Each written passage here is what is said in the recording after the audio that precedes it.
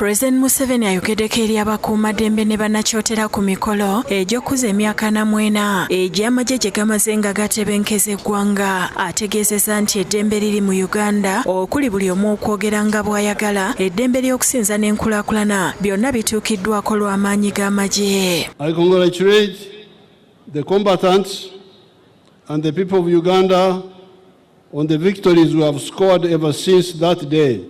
President yeetondedde abantu b'e Kyotera olw'obutabakolera luguudo oluva e Masaka okudda e Mutukula ate nga lumpi nnyo, kyokka n'akakasa nti kyakolebwako mu bwangu. I need to apologize to the people of this area. We have done many roads in Uganda. Tukoze enguudo nyingi mu Uganda.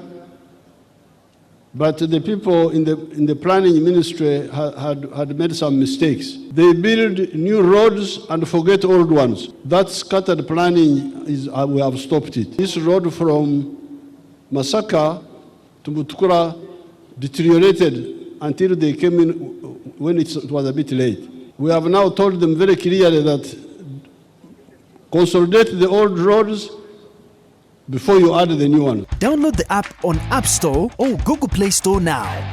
Vision Digital Experience, the future of media.